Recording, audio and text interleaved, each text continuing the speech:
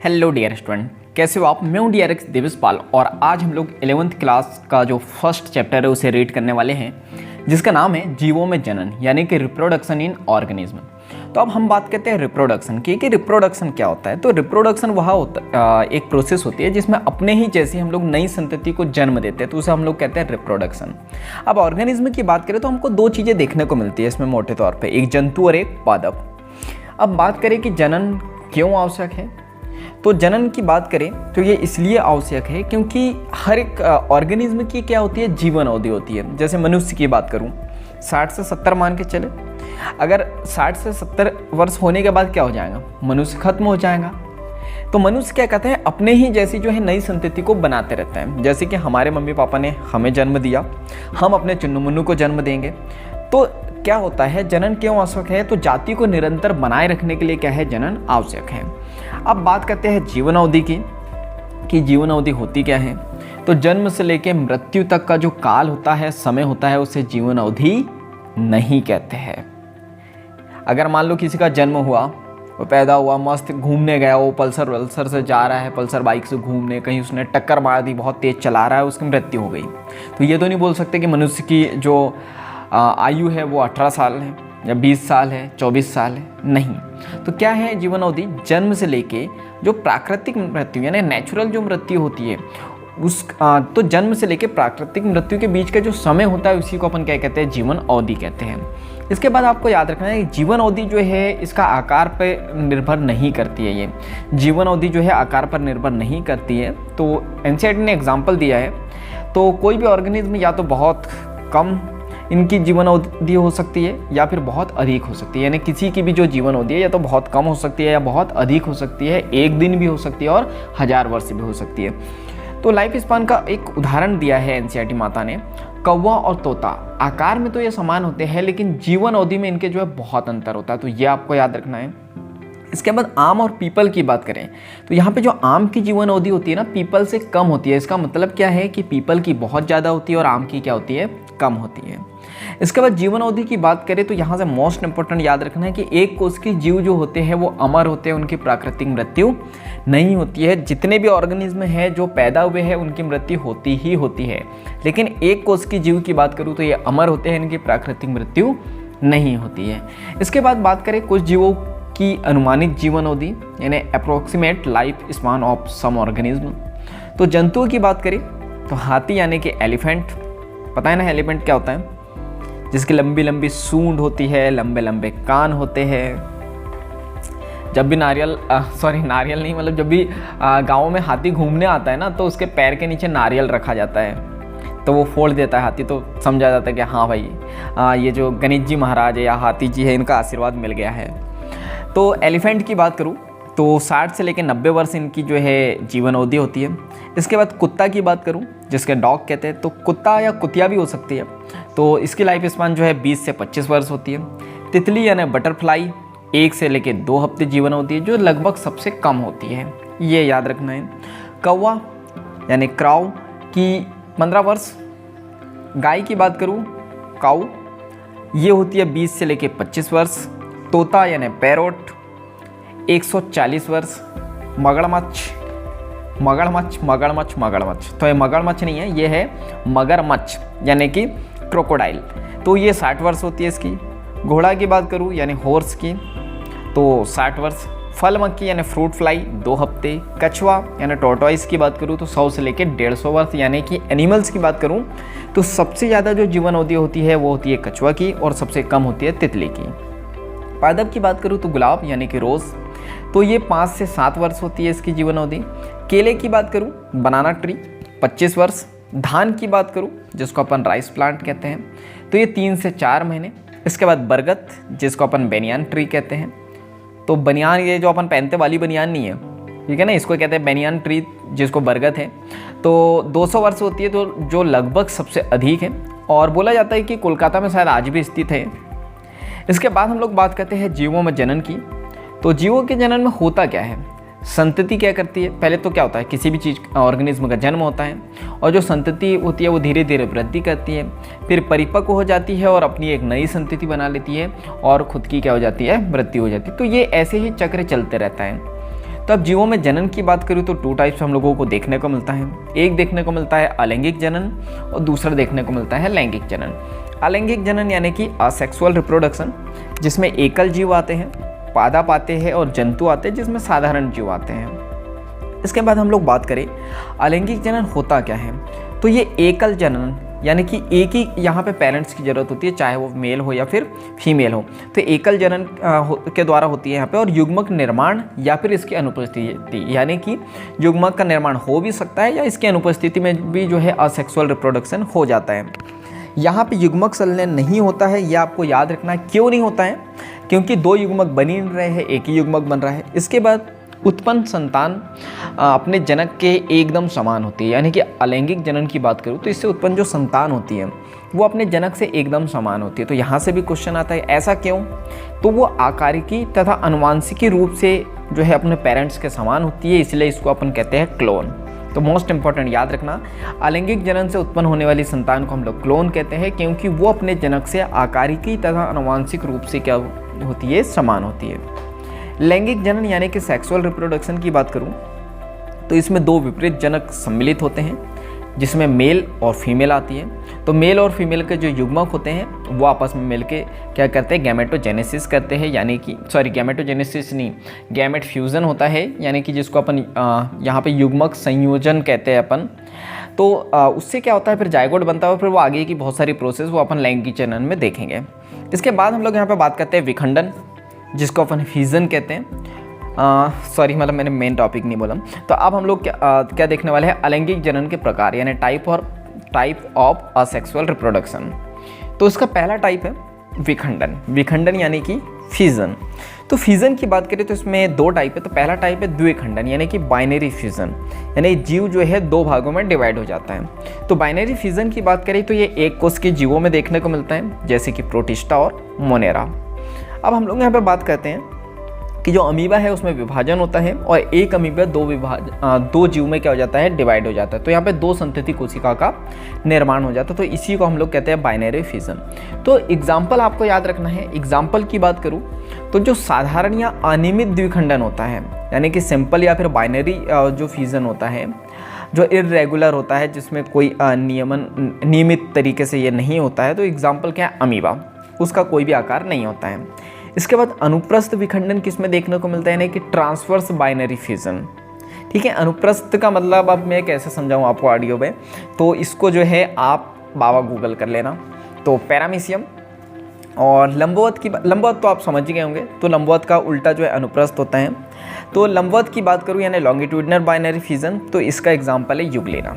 तो ये आपको याद रखना है कि अनुप्रस्थ का एग्जाम्पल है पैरामीशियम, लंबवत का एग्जाम्पल है यूग्लिना और सिंपल या अनियमित द्विखंडन का एग्जाम्पल है अमीबा। इसके बाद हम लोग यहाँ पे बात करते हैं बहुखंडन। बहुखंडन का मतलब होता है मल्टीपल फिजन। तो मल्टीपल फिजन की बात करूँ तो यहाँ पर अमीबा एग्जाम्पल आता है।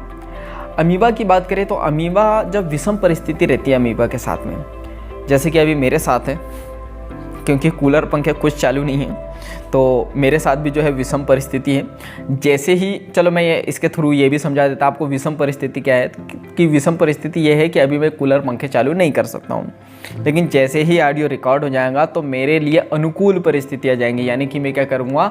कूलर और पंखे चालू कर लूँगा। तो ये हो गई विषम परिस्थिति अभी की। तो अमीबा के साथ भी विषम परिस्थिति है। तो ये क्या करता है? अपने जो पादप है उसको संकुचित कर लेता है, यानी कि सीडोपोडिया जो होते हैं इसके पास, जिसके द्वारा ये चलता है, उसको ये संकुचित कर लेता है, कॉन्ट्रैक्शन कर लेता है और करता क्या है? अपने चारों तरफ एक आवरण बना लेता है। तो कौन सा आवरण होता है? तो त्रिस्तरीय कठोर आवरण को ये स्रावित करता है, जिसको अपन पुट्टी या फिर सिस्ट कहते हैं। और इस पूरी परिघटना को, इस फिनोमिना को हम लोग क्या कहते हैं? पुट्टी भवन। तो हम लोग यहाँ पे बात करते हैं जब इसके पास अनुकूल परिस्थिति आती है तो क्या करता है? ये बहुविखंडन करता है या बहुखंडन द्वारा ये जो है विभाजित हो जाता है। और यहाँ पे अनेक जो है सूक्ष्म अमीबा या बीजाणु अमीबा यानी कि स्यूडोपोडियो स्पोर्स को ये उत्पन्न कर लेता है। और यहाँ पे जो त्रिस्तरीय अपन ने आवरण यहाँ पे देखा, सॉरी ये फंबल जो है इग्नोर करो, त्रिस्तरीय जो कठोर आवरण होता है ये जो है रैप्चर हो जाता है और वहाँ पे पुट्टी की जो भित्ति है वो जो है फट जाती है और बहुत सारे बीजाणु वहाँ से आ जाते हैं। तो बीजाणु विकसित होकर जो है एक अभिक्रिया करते हैं जिसको अपन बीजाणु जनन कहते हैं। क्लियर है? तो अपना क्या संपन्न हुआ यहाँ पे? द्विखंडन। इसके बाद में ये पसीने का कुछ इंतज़ाम करूँ, गर्मी का कुछ इंतज़ाम करूँ, तो 1 मिनट भी नहीं, कुछ सेकंड आप वेट करो, फिर हम लोग कंटिन्यू करते हैं। तो चलिए स्टार्ट करते हैं। एक छोटे से ब्रेक के बाद हम लोग क्या देख चुके थे? विखंडन देख चुके थे।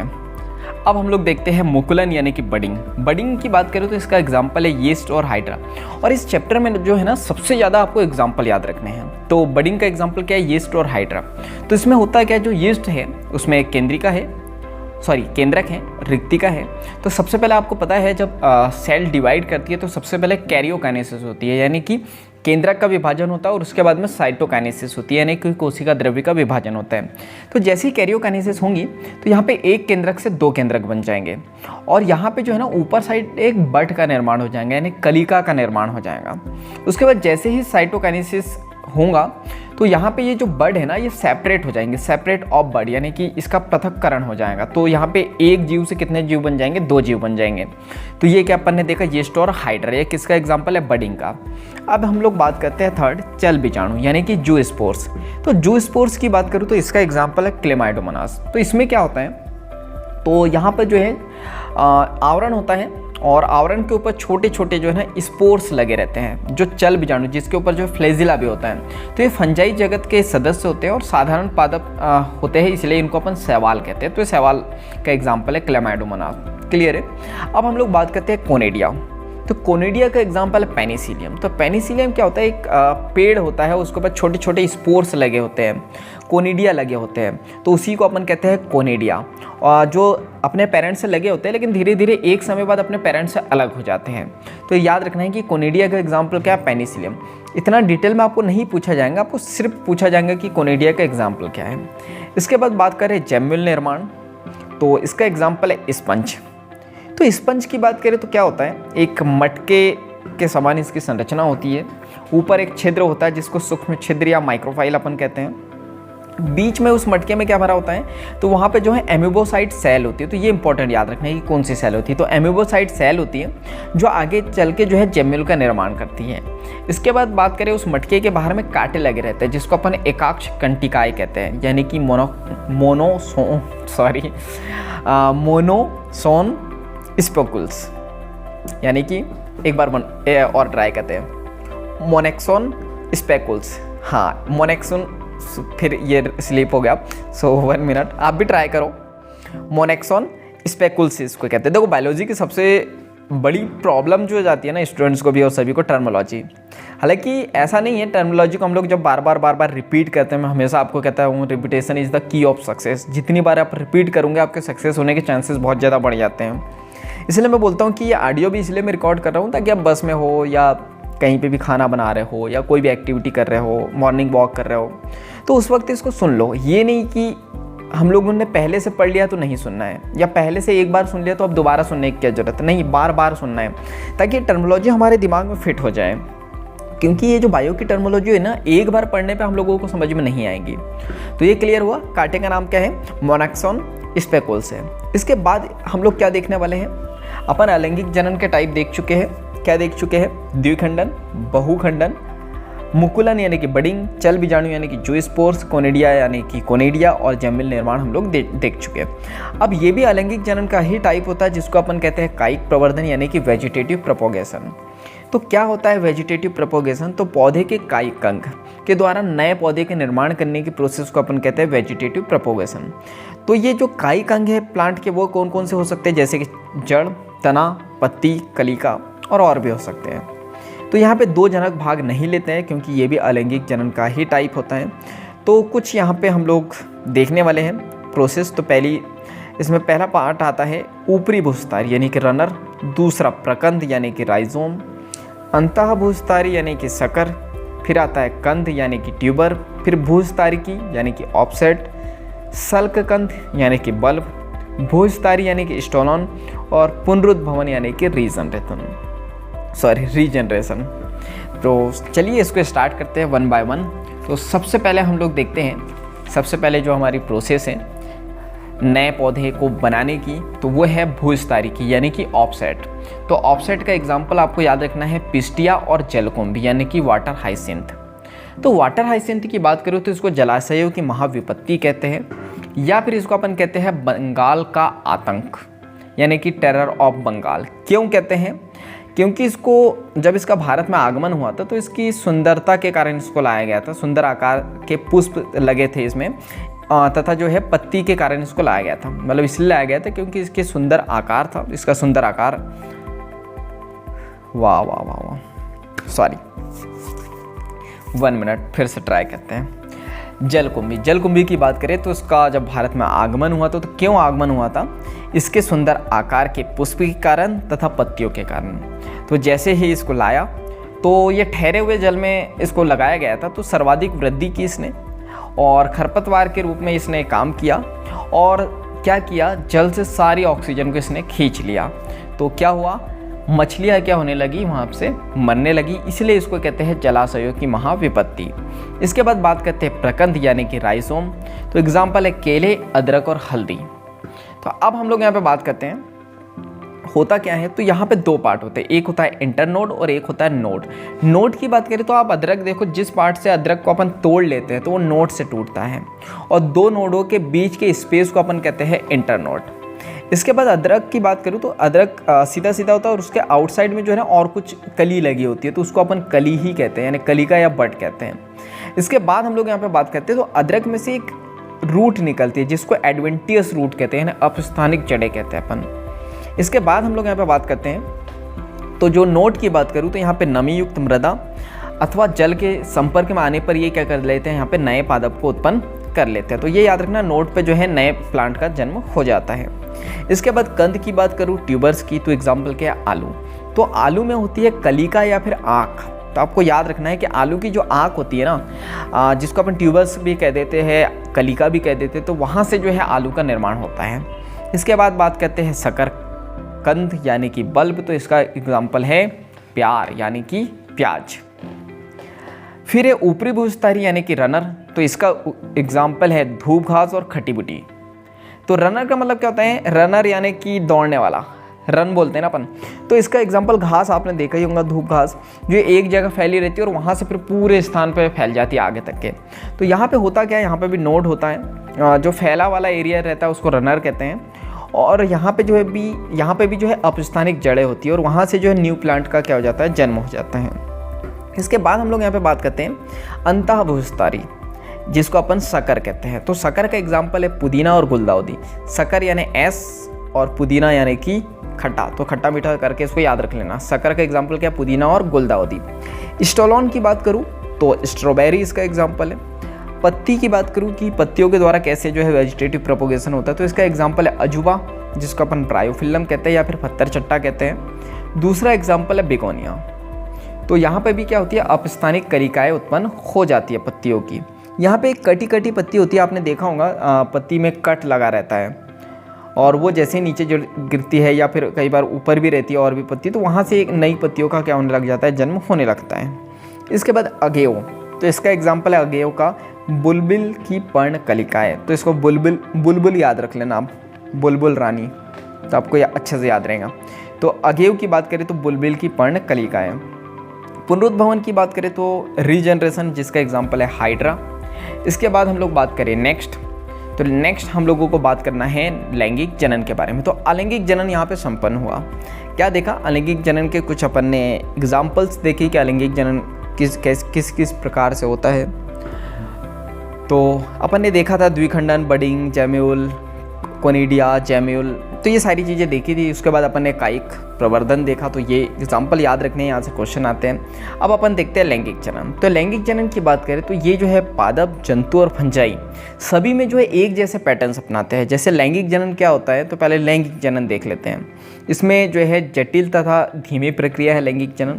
तो आपको पता है धीमी प्रक्रिया है, जटिल प्रक्रिया। धीमी क्यों? क्योंकि अलैंगिक जनन की बात करूँ तो लगभग 2, 4, 5 दिन में भी जो है बच्चा पैदा हो जाता है। लेकिन लैंगिक जनन की बात करूँ तो 9 मंथ तक वेट करना होता है, तो बहुत धीमी प्रक्रिया है। 2 विपरीत जन को क्या आवश्यकता होती है, तो जो है सीमा और रानी आपस में शादी नहीं कर सकती है। सोनू मोनू आपस में शादी नहीं कर सकते हैं। लैंगिक जनन के लिए 2 विपरीत जनकों की आवश्यकता होती ही होती है, मेल और फीमेल। तो मेल और फीमेल की बात करें तो आपको पता होगा कि मेल और फीमेल जो है डिप्लॉइड प्राणी है, यानी कि 2n यानी कि 46 गुणसूत्र होते हैं, द्विगुणित प्राणी है। तो इसमें क्या होता है, मेल में भी और फीमेल में भी होती है मियोसिस यानी कि अर्धसूत्रीय विभाजन। तो यहाँ से बन जाता है मेल में नर युग्मक जिसको अपन शुक्राणु कहते हैं, स्पर्म कहते हैं, और मादा की बात करें तो यहाँ पे बन जाता है मादा युग्मक यानी कि अंडाणु जिसको अपन ओवम कहते हैं। तो यहाँ पे अर्धसूत्री हुआ यानी कि गुणसूत्रों की संख्या क्या हो जाएंगे, आदि। तो आपको याद रखना है कि शुक्राणु या अंडाणु या युग्मक की बात करूँ तो इसमें गुणसूत्र की संख्या आदि रहती है, यानी कि ये क्या रहते हैं, अगुणित रहते हैं, हैप्लॉइड रहते हैं। अब यहाँ पे दोनों युग्मक आपस में मिलेंगे तो नीट में क्वेश्चन पूछा जा चुका है कि दोनों युग्मक के मिलने की प्रोसेस को क्या कहते हैं। तो याद रखना, इसको निषेचन नहीं कहते हैं, इसको कहते हैं अपन युग्मक संलयन यानी कि गैमेट फ्यूजन, या फिर इसको अपन कहते हैं संयुग्मन यानी कि सिंगैमी। इसके बाद हम लोग यहाँ पे बात करें स्पर्म और अंडाणु की, तो जैसे ही आपस में मिलते हैं तो युग्मनज का निर्माण होता है यानी कि जाइगोट का निर्माण होता है। तो जाइगोट के निर्माण की प्रोसेस को हम लोग कह देते हैं फर्टिलाइजेशन यानी कि निषेचन। निषेचन के बाद क्या होगा, तो निषेचन के बाद होगा भ्रूण का निर्माण यानी कि एम्ब्रियो का निर्माण, और उसके बाद नए जीव का निर्माण हो जाएगा यानी कि नए चुन्नमुन्नू का जन्म हो जाएगा। चैं पो करते हुए, अब ऐसा तो नहीं करता है लेकिन जैसे भी रोता है अपनी मम्मी से पूछना कि आप कैसे रोते, तो बस वैसे ही जन्म हो जाता है। चलिए, तो ये हुआ लैंगिक जनन। तो हम लोग बात कर रहे थे कि चाहे वो पादप हो, जंतु हो, फंजाई हो, इन सब में एक जैसे ही पैटर्न होते हैं। जो मैंने अभी पैटर्न बताया ना कि युग्मक आपस में मिलेंगे, फिर जाइगोट बनाएंगे, फिर भ्रूण बनेंगे, तो सभी में पैटर्न यही होगा, चाहे वो पादप हो, जंतु हो या फंजाई हो। अब हम लोग यहाँ पे बात करते हैं लैंगिक जनन की कुछ फेसेस होते हैं। तो सबसे पहले हम लोग बात करते हैं, सबसे पहले तो जन्म हुआ। जन्म के बाद क्या होता है, किशोर अवस्था आती है। किशोर अथवा कायिक अवस्था कहते हैं इसको, यानी कि जुवेनाइल या फिर वेजिटेटिव फेज। तो उसके बाद क्या होता है, फिर किशोर अवस्था की समाप्ति हो जाती है। फिर आता है लैंगिक जनन से पूर्व की जो अवस्था होती है उसको अपन किशोर अवस्था कहते हैं। फिर हम लोग बात करते हैं, फिर आता है जनन अवस्था यानी कि रिप्रोडक्टिव फेज, यानी लड़का या लड़की जहाँ पे जवान हो जाती है, जहाँ पे बाबू सोना की कहानी स्टार्ट हो जाती है और लव यू सॉन्ग बजने लगता है हमारे कानों में, और चुन्नू मुन्नू को जन्म देने के लिए जो है यहाँ पे जो ऑर्गेनिज्म है वो तैयार हो जाता है। इसके बाद हम लोग यहाँ पे बात करते हैं, उसके बाद क्या आता है, तो थर्ड फेज आता है सेनेसेंस या फिर ओल्ड एज, जिसको जीर्णता कहते हैं अपन, यानी कि वृद्धावस्था। और वृद्धावस्था की बात पता ही है आपको क्या होता है, उसके बाद फिर मृत्यु हो जाती है। तो जनन अवस्था की बात करूँ तो ये उच्च पादपों में आसानी से देखा जा सकता है उनके पुष्प लगने पर। कौन सा, जनन अवस्था। जैसे पुष्प की बात करूँ तो पुष्प में पता चल जाता है ना मेल वाला पार्ट कौन सा होता है, फीमेल कौन सा होता है, तो ये पता चल जाता है। अब हम लोग बात करें कुछ ऐसे पादप जो वार्षिक तथा द्विवार्षिक होते हैं। तो वार्षिक तथा द्विवार्षिक पादप की बात करें तो इसमें कायिक, जनन और जीर्णमान ये तीनों प्रदर्शित होती हैं। लेकिन बहुवर्षीय जातियों की बात करें तो इन प्रवस्थाओं का स्पष्ट रूप से परिभाषित करना थोड़ा कठिन होता है। तो ये 1 या 2 साल वाले पादप तो समझ में आते हैं, इसमें सब कुछ दिख जाता है, लेकिन जो बहुवर्षीय होते हैं उसमें थोड़ा कठिन होता है। इसके बाद असामान्य पुष्पीकरण, यहाँ से क्वेश्चन आते हैं नीट में, तो आपको याद रखना है। नीट में मतलब सभी एग्जाम में, अब तो जो है जीएनटी भी कन्वर्ट हो गया है, लेकिन फिर भी अगर किसी को वहम है, किसी के अधूरे सपने हैं कि नहीं मेरे करण अर्जुन आएंगे, यानी कि जीएनटी का एग्ज़ाम आएगा मेरे लिए तो ज़रूर आएगा, छाती चीर के आएगा, ज़मीन फाड़ के आएगा, तो उन लोगों के लिए भी हाँ थोड़ी संभावना है कि अगर जीएनटी का एग्ज़ाम हुआ तो यहाँ से शायद क्वेश्चन आते हैं। तो हम शायद आते नहीं हैं, मतलब आते थे, और अभी भी अगर हुआ तो आएंगे। तो हम लोग बात करते हैं यहाँ पे सबसे अच्छा एग्जाम्पल बाँस। तो बाँस की बात करूँ तो सबसे तेज बढ़ने वाला पौधा होता है ये पूरे जीवन काल में, यानी कि जो हमारे जीवन काल की बात करूँ तो 50 से 100 वर्षों के बाद में जो है केवल एक बार पुष्प पैदा करता है और बड़ी संख्या में फल उत्पन्न करता है, और उसके बाद फिर ये मर जाता है। इसके बाद बात करते हैं स्ट्रोबिलेंथम कुनियाना, जिसको अपन नीला कुरेंजी कहते हैं। ये टर्मिनोलॉजी जो है दिमाग में फिट कर लेना, बार बार सुन के या बार बार बोल के। स्ट्रोबिलेंथम कुनियाना क्या है, स्ट्रोबिलेंथम कुनियाना, जिसको अपन नीला कुरेंजी कहते हैं। तो 12 वर्षों में एक बार पुष्प यहाँ पे उत्पन्न होते हैं, और सितंबर अक्टूबर 2006 में इस जो है पादप ने इतने पुष्प पैदा किए थे। तो कहाँ किए थे, केरल, कर्नाटक, तमिलनाडु के पहाड़ी क्षेत्र में। तो इतने किए थे कि जो सड़क थी वहाँ पे पुष्पों का कालीन सा बिछा दिखाई पड़ा था। तो कालीन यानी समझते हो ना, एक चादर मान के चलो कि चादर समान पुष्प जो है पूरे बिखरे हुए थे। तो इस दृश्य को देख के बहुत सारे सैलानियों की जो है बहुत सी संख्या इनकी ओर आकर्षित हुई थी। सैलानियों यानी एक सैलाब बोलूँ या सैलानियों की बात करें, ऐसे लोग जो कहीं जा रहे थे झुंड के रूप में, तो वो बहुत सारे लोग वहाँ पे आ गए, उसको देख के आकर्षित हो गए पुष्प को।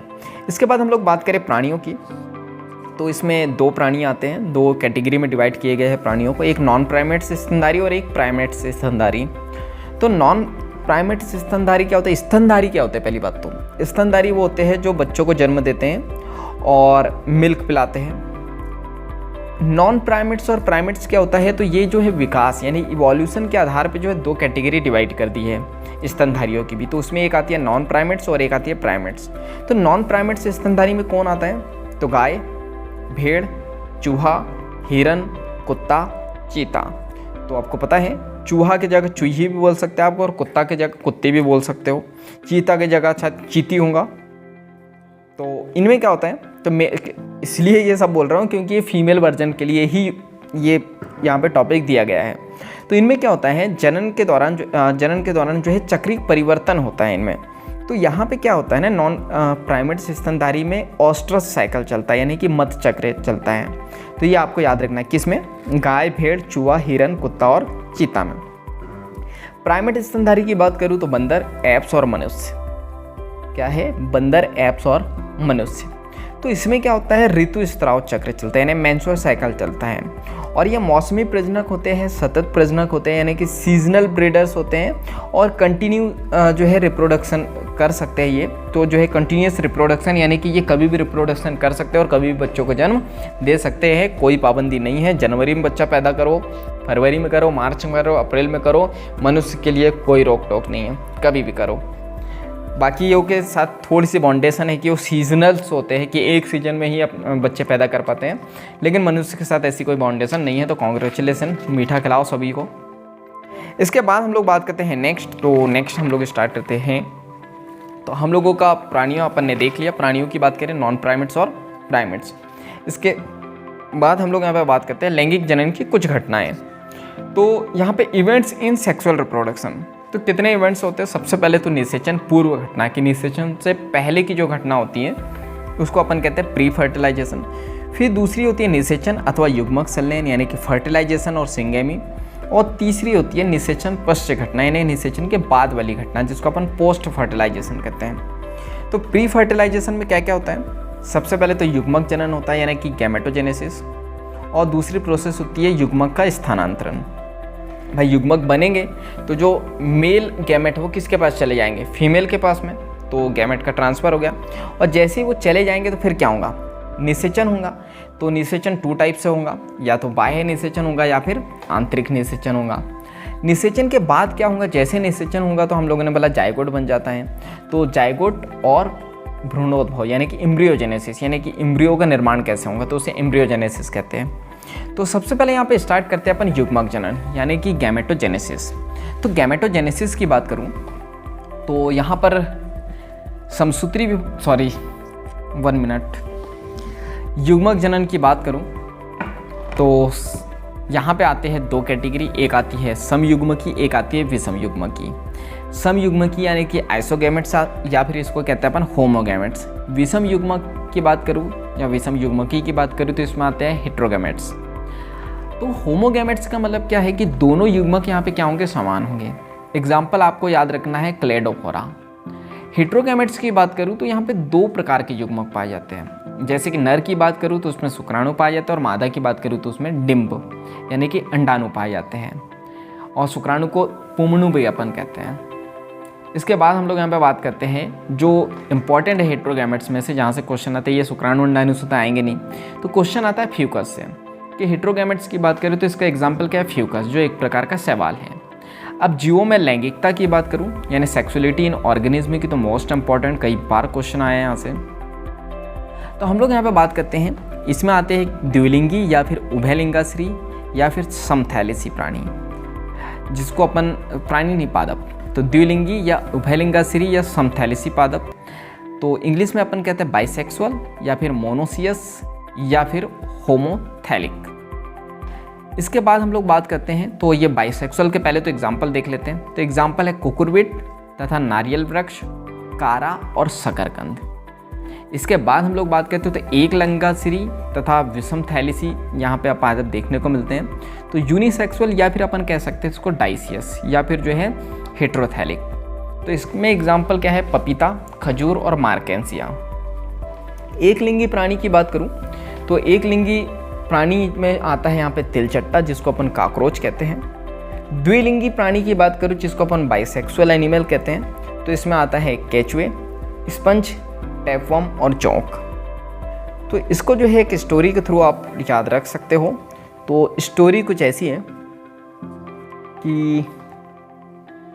कि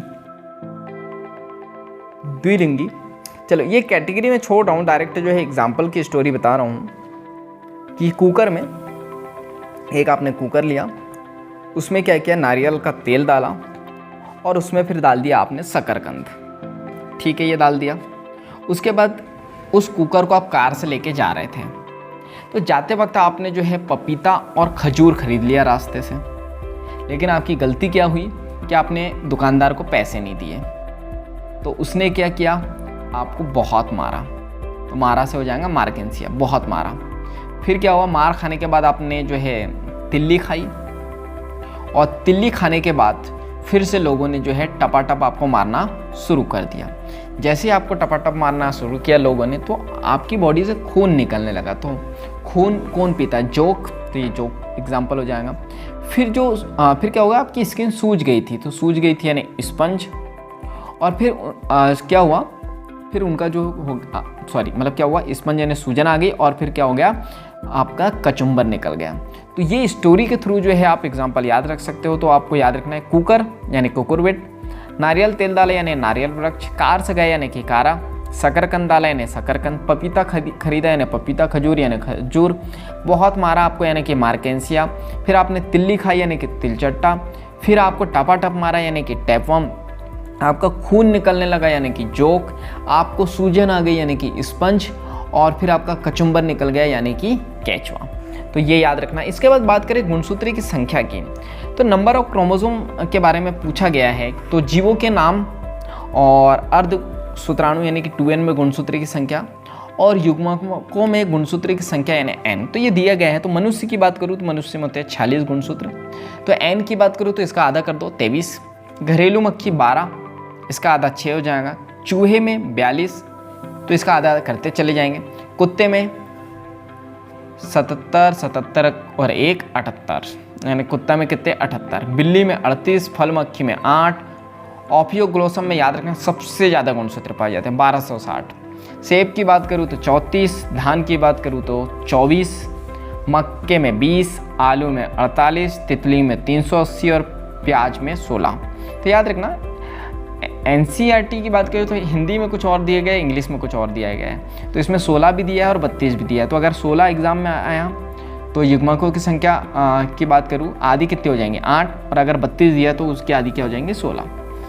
यहाँ से अभी तक तो क्वेश्चन नहीं आया वैसे, पर बेसिक तौर पर याद रख सकते हो आप। इसके बाद हम लोग यहाँ पर बात करते हैं युग्मक संरचना के दौरान कोशिका विभाजन, यानी जब युग्मक की संरचना होती है तो उस दौरान कोशिका विभाजन होता है। तो हम लोग यहाँ पे बात करते हैं युग्मक जो अगुणित होते हैं, तो अगुणित होते हैं तो इसके हम लोग बात करते हैं, पहले भी बात कर चुके थे कि युग्मक हमेशा अगुणित होते हैं। तो यहाँ पे जनक की बात करूँ तो जनक चाहे अगुणित हो या त्रिगुणित द्विगुणित होता है। तो हम लोग बात करते हैं युग्मक हमेशा जो है अगुणित होता है, जनक चाहे अगुणित हो या फिर द्विगुणित हो। तो अगर अगुणित पेरेंट्स होंगे ना तो युग्मक बनाने के लिए हमें क्या करना पड़ेगा, सूत्रीय विभाजन करना पड़ेगा, क्योंकि गुणसूत्र की संख्या क्या रहनी चाहिए, समान। अगुणित जीव का मतलब क्या हुआ कि उसमें गुणसूत्र की संख्या अगुणित रहेंगी। जब आप समसूत्री विभाजन करोगे तो गुणसूत्र की संख्या समसूत्री में क्या रहती है, समान रहती है। तो युग्मक में कितने गुणसूत्र आएंगे, उतने ही आएंगे अगुणित। लेकिन अगर द्विगुणित है तो फिर क्या करना पड़ेगा, द्विगुणित जनक है तो अर्धसूत्री विभाजन करना पड़ेगा युग्मक को बनाने के लिए। तो द्विगुणित प्राणी था यानी कि उसमें 2n था, जैसे अर्धसूत्री विभाजन किया गुणसूत्र की संख्या आधी हो जाएंगी और युग्मक कैसे बन जाएंगे, n। तो ये हम लोगों को समझ में आ गया कि युग्मक हमेशा जो है अगुणित ही रहते हैं, चाहे जनक यानी कि जो पेरेंट्स हैं वो अगुणित रहे या द्विगुणित, कोई फर्क नहीं पड़ता, युग्मक हमेशा कैसे रहेंगे, अगुणित रहेंगे। तो अगुणित पादप का यानी ऐसी प्लांट बॉडी जो हैप्लॉइड हो, अगुणित हो, तो उसमें आता है मोनेरा, फंजाई, शैवाल और ब्रायोफाइटा। द्विगुणित जन की इकाई की बात करूँ यानी कि डिप्लॉइड जो है पेरेंटल बॉडी की बात करूँ तो हम लोग यहाँ पे बात करते हैं टेरिडोफाइटा आता है, इसमें जिम्नोस्पर्म आता है और एंजियोस्पर्म आता है और मनुष्य आता है। इसके बाद हम लोग यहाँ पे बात करते हैं युग्मक का स्थानांतरण कैसे होगा। तो गैमेट ट्रांसफर की बात करें तो नर युग्मक की बात करें तो ये चलनशील होते हैं और बहुत बड़ी संख्या में होते हैं, और ये जो मादा युग्मक होती है वो अचलनशील होती है। अचलनशील होती है इसलिए जो नर युग्मक होते हैं वो चल कर किसके पास आते हैं, मादा युग्मक के पास में। इसके बाद फंजाई और शैवाल की बात करूँ तो यहाँ पे दोनों किस्मों के युग्मक क्या होते हैं, चलनशील होते हैं, ये आपको याद रखना है। इसके बाद युग्मक स्थानांतरण के लिए किसी न किसी माध्यम की जरूरत होगी, तो आपको याद रखें शैवाल, ब्रायोफाइटा और टेरिडोफाइटा की बात करूँ तो इसमें माध्यम क्या होता है, जल। और बाकी जो है जिम्नोस्पर्म और एंजियोस्पर्म ये तो यहाँ जल से बाहर होते हैं। तो यहाँ पे क्या होता है, बीजी पादप की बात करूँ तो बीजी पादप होते हैं ये। तो यहाँ पे क्या होता है, आगे पढ़ेंगे भी हम लोग, तो यहाँ पे क्या होता है कि एक मेल वाला पार्ट होता है जिसको अपन परागकोश कहते हैं, तो उसके अंदर परागकण होते हैं जो नर युग्मक होते हैं, तो उसका स्थानांतरण हो जाता है जिसको अपन पॉलिनेशन कहते हैं। तो ये कीट के द्वारा भी हो जाता है, हवा के द्वारा भी हो जाता है और भी चीज़ों के द्वारा होता है जो आगे हम लोग देखेंगे।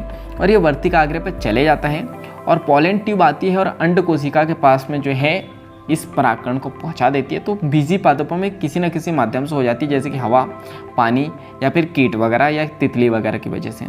इसके बाद यहाँ से आपको याद रखना है पॉलिनेशन के बारे में कि अगर प्लांट जो है द्विलिंगी पादप है, बाइसेक्सुअल प्लांट है जैसे कि मटर, तो इसमें अपेक्षाकृत सरल होता है पॉलिनेशन।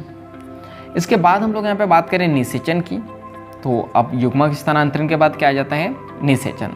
तो यहाँ पे युग्मक का जो युग्मन होगा उसे अपन युग्मक संलयन कहेंगे यानी कि गैमेट फ्यूजन कहेंगे। गैमेट फ्यूजन से जायगोट का निर्माण होगा और जायगोट निर्माण की प्रोसेस को अपन क्या कहते हैं, निषेचन यानी कि फर्टिलाइजेशन। तो निषेचन की बात करूँ तो कई बार बिना निषेचन के भी जो है नए जीव का निर्माण हो जाता है, तो इस प्रोसेस को हम लोग कह देते हैं पार्थेनोजेनेसिस। तो पार्थेनोजेनेसिस के एग्जाम्पल की बात करूँ तो इसमें आता है रोटीफर्स, मधुमक्खी और चिपकली, और आता है एक पक्षी जिसका नाम है टर्की। तो इसको भी एक स्टोरी के थ्रू याद रखना है। आंखें बंद करिए और इमेजिनेशन करिए, रोड पे चल रहे हो तो आंखें बंद मत करना वरना कोई ठोक देगा। रूम वगैरह पे बैठे हो तो आंखें बंद कर सकते हो और इमेजिनेशन करो कि आपके पास एक रोटी है, उस पर आपने शहद लगाया और दीवार पे चिपकली चल रही थी, आपने उसको मारा और उस चिपकली को रोटी पर रखा, रोल बनाया और आप खाने लगे और आप मस्त एंजॉय कर रहे हो, वाह चिपकली की आँख, चिपकली की नाक, वाह कितना मज़ा आ रहा है। और आप खा ही रहे थे कि एक पक्षी आया और आपके हाथ से उस रोटी को चुरा कर ले गया। उस पक्षी का नाम क्या था, टर्की। तो इस स्टोरी के थ्रू जो है आप याद रखना अनिषेक जनन यानी कि पार्थेनोजेनेसिस के एग्जाम्पल क्या है, रोटी यानी कि रोटीफर्स, अपन ने क्या लगाया था, शहद यानी कि मधुमक्खी। इसके बाद क्या हुआ था, चिपकली को रखा था यानी कि चिपकली, और एक पक्षी ने उड़ा के ले गया यानी कि टर्की पक्षी। इसके बाद हम लोग बात करते हैं युग्मक संलयन यानी कि जिसको अपन सिंगैमी कहते हैं। तो सिंगैमी की बात करूँ तो इसमें आता है बाह्य निषेचन और एक आता है आंतरिक निषेचन। बाह्य निषेचन की बात करूँ जिसको अपन आउटर फर्टिलाइजेशन कहते हैं, आंतरिक निषेचन जिसको अपन इंटरनल फर्टिलाइजेशन कहते हैं। तो आउटर फर्टिलाइजेशन की बात करूँ तो यहाँ पे माध्यम जो होता है वो होता है जल। तो यहाँ पे अधिकतर शैवाल, मछलियाँ और जल स्थल प्राणी आते हैं यानी कि उभयचर प्राणी आते हैं। और यहाँ पे क्या होता है, युग्मक का संलयन कहाँ होता है, पानी के अंदर ही होता है। तो और आउटर फर्टिलाइजेशन कहाँ होता है, ये शरीर से बाहर होता है। तो यहाँ पे दो लिंगों के बीच में जो है समकालिता जो है प्रदर्शित होना चाहिए, यानी कि दो लिंग जो होता है मेल और फीमेल एक ही समय में आमने सामने आने चाहिए। तो यहाँ पे क्या होता है, काफ़ी संख्या में युग्मक जैसे कि बॉनीफिश और मेंढकों में क्या होता है, ये बहुत भारी संख्या में, बहुत भारी यानी कि बहुत वजन में नहीं, क्वांटिटी में बहुत भारी संख्या में संतानें पैदा करते हैं। और इनकी कमी क्या है कि संतानें जो रहती है इनकी शिकारियों का शिकार बन जाती है, इसलिए जो है ऐसी स्थिति से ये गुजरती है कि जब तक ये बड़ी नहीं होती है, वयस्क नहीं होती है, तो इनकी जो उत्तरजीविता है वो काफ़ी जोखिमपूर्ण रहती है, यानी कि इनकी जो लाइफ रहती है बड़ी खतरनाक रहती है, वो जोखिम रहता है उसको कि कोई बड़ा एनिमल उन्हें ना खा जाए। इसके बाद बात करें आंतरिक निषेचन की जिसको अपन इंटरनल फर्टिलाइजेशन कहते हैं। तो यहाँ पे जो स्थलीय जीव में देखने को मिलता है जैसे कि फंजाई, उच्च श्रेणी के प्राणी जिसमें आता है सरीसृप, पक्षी, स्तनधारी एवं अधिकतर पादप। तो यहाँ पे आता है ब्रायोफाइटा, टेरिडोफाइटा, जिम्नोस्पर्म और एंजियोस्पर्म। तो याद रखना जो 5 टाइप के प्लांट होते हैं, तो शैवाल को छोड़कर सारे 4 पौधे यहाँ पे आंतरिक निषेचन करते हैं। तो युग्मक संलयन यहाँ पे जो है शरीर मतलब जीव के शरीर के अंदर ही होता है, उसके भीतर ही होता है। तो जीवों में नर युग्मक चलनशील होता है और बीजी पादप में भी नर युग्मक क्या होता है, 1 मिनट फिर से देखते हैं। जीवों में जो नर युग्मक होता है वो चलनशील होता है, लेकिन बीजी पादप की बात करूँ तो यहाँ नर युग्मक अचलनशील होता है। इसीलिए जो है कोई भी जैसे कि कीट, तितली, पानी, हवा इनको उड़ा के ले जाती है। इसके बाद हम लोग बात करते हैं निषेचन पश्च घटना यानी कि पोस्ट फर्टिलाइजेशन। तो पोस्ट फर्टिलाइजेशन में क्या होता है, तो पहला तो है जायगोट, अपन इसमें देखेंगे। तो जायगोट के विकास की बात करूँ तो जीव के जीवन चक्र एवं पर्यावरण पे क्या करता है, ये निर्भर करता है। यानी जायगोट के विकास की बात करूँ तो जीव का जो जीवन चक्र चलता है और पर्यावरण, कभी पर्यावरण सही है या नहीं है तो उस पर भी डिपेंड करता है। इसके बाद फंजाई और शैवाल की बात करूँ तो यहाँ पे जो युग्मनज है वो एक मोटी भित्ति विकसित कर लेता है जो शुष्कन तथा क्षति से रक्षा करते हैं। शुष्कन यानी कि सूखना और क्षति यानी कि कुछ डैमेज ना हो जाए, इस वजह से वो रक्षा करते हैं। इसके बाद हम लोग बात करते हैं तो अंकुरन से पूर्व जो है काफ़ी समय, यानी अंकुरन होने से पहले काफ़ी समय तक के ये जो एक काल में चले जाते हैं यानी विश्राम करते हैं, तो उसको अपन विश्रांति काल कहते हैं। तो आपको ये याद रखना है कि युग्मनज जो है बहुत समय तक के विश्रांति काल में चले जाता है, कहाँ पे, अंकुरित होने से पहले। अभी हम लोग यहाँ पे बात करते हैं लाइफ साइकिल की। तो एक होता है प्लांट में जो लाइफ साइकिल चलती है, एक होता है हैप्लॉन्टिक लाइफ साइकिल जिसको कहते हैं अगुणित जीवन चक्र। तो ये देखने को मिलता है फंजाई व शैवाल में। तो यहाँ पे क्या होता है, जो ऑर्गेनिज्म है पहले ही बोल चुके हैं हैप्लॉन्टिक है यानी कि अगुणित है, तो एन। अब यहाँ पे इसको गैमेट बनाना है, तो कौन सा विभाजन करेगा ये, समसूत्री विभाजन, तो गैमेट भी एन ही बनेगा। अब ये एक गैमेट यहाँ से बाहर से आ जाता है, कहाँ से, मान लो ये फीमेल का है तो एक मेल का जो है गैमेट आ जाता है, तो एन और एन आप कितने हो जाएंगे, 2n। तो अब क्या बन जाएगा, 2 गैमेट आपस में मिलकर क्या बनाते हैं, जायगोट। तो अब जायगोट में क्या होगा, अर्धसूत्री विभाजन होगा और जो भ्रूण बनेगा वो कैसा बनेगा, एन। और फिर भ्रूण से जो संतान बनेगी वो भी क्या बनेगी, एन। यानी कि जो पेरेंट्स है उसकी संतान भी क्या होंगी, उसी के समान होंगी। तो आपको याद रखना है कि पेरेंट्स के समान ही संतान होंगी, लेकिन जो गैमेट होगा वो एन होगा और जायगोट क्या होगा, 2n होगा। इसके बाद हम लोग बात करते हैं हैप्लोडिप्लॉन्टिक लाइफ साइकिल। तो ये ब्रायोफाइटा, टेरिडोफाइटा, अनावृत बीजी और आवृत बीजी और मनुष्य में देखने को मिलता है। यानी शैवाल को छोड़कर सभी पौधों में क्या होते हैं, द्विगुणित लाइफ साइकिल चलते हैं। तो यहाँ पे क्या होगा, जैसे कि द्विगुणित ऑर्गेनिज्म यानी कि 2n है, तो अब सिंपल सी बात है कि अगर गैमेट बनाना है तो अब अपन समसूत्री नहीं कर सकते, क्या करना पड़ेगा, अर्धसूत्री विभाजन, ताकि गुणसूत्री की संख्या क्या हो जाए, आदि। तो गैमेट कितने हो गए, n। एक गैमेट बाहर से आएगा मेल वाला, तो एक गैमेट और दूसरा गैमेट आपस में मिलके n और n 2n बना लेगा यानी कि जायगोट बना लेगा। अब जायगोट से भ्रूण बनाना है तो क्या करोगे, समसूत्री विभाजन करोगे। क्यों, क्योंकि जैसे पेरेंट्स से वैसे ही बनानी है अपने को संतान, तो भ्रूण से क्या बन जाएंगे फिर, संतान। इसके बाद सेकंड पार्ट हम लोग बात करते हैं एम्ब्रियोजेनेसिस यानी कि भ्रूणोद्भव, कि भ्रूण का निर्माण कैसे होता है। तो हम लोग यहाँ पे बात करते हैं, तो यहाँ पर जो है कोशिका विभाजन करती है और कोशिका विभेदीकरण, यानी कोशिका विभाजित होंगी और कोशिका विभेदीकरण यानी डिफ्रेंशिएट हो के छोटी छोटा जो कोशिका थी वो बड़ा बड़ा स्ट्रक्चर बनाते चली जाएंगी। इसके बाद प्राणियों की बात करें तो 2 प्रकार के हम लोगों को प्राणी देखने को मिलते हैं, एक होते हैं अंडप्रजक और दूसरे होते हैं सजीव प्रजक। अंडप्रजक की बात करें तो जिसको अपन कहते हैं ओविपेरस और सजीव प्रजक यानी कि विविपेरस। विविपेरस वो प्राणी होते हैं जो बच्चों को जन्म देते हैं और अंडप्रजक या ओविपेरस वो प्राणी होते हैं जो बच्चों को जन्म कैसे देते हैं, अंडों के रूप में देते हैं। ठीक है, तो इसी के साथ ये चैप्टर यहीं पे फिनिश होता है। तो इस ऑडियो को बार बार आप सुनते चले जाना, क्योंकि इसमें बहुत सारे एग्जाम्पल हैं, तो आपको अच्छे से ये चैप्टर जो है याद हो जाएगा, मेमोराइज हो जाएगा। तो बाकी हम लोग मिलेंगे इसी तरह हंसते हुए मुस्कुराते हुए नेक्स्ट ऑडियो में।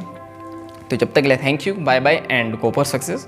और कोई नया व्यक्ति हो जो इस ऑडियो को सुन रहा हो और इस ऑडियो के नोट्स अगर आपको चाहिए हो तो आप वीडियो की डिस्क्रिप्शन में जाके देख लीजिएगा, या आप मुझे पर्सनली जानते हो तो आप मुझसे कांटेक्ट कर सकते हो, और अगर आप मुझे नहीं जानते हो तो आप जो है ना डिस्क्रिप्शन में जाके चेक करिएगा, तो वहाँ आपको कुछ डिटेल मिल जाएंगी नोट्स से रिलेटेड। चलिए, तो बाकी हम लोग मिलेंगे नेक्स्ट क्लास में। Thank you. क्लास में मीन्स ऑडियो में। Thank you.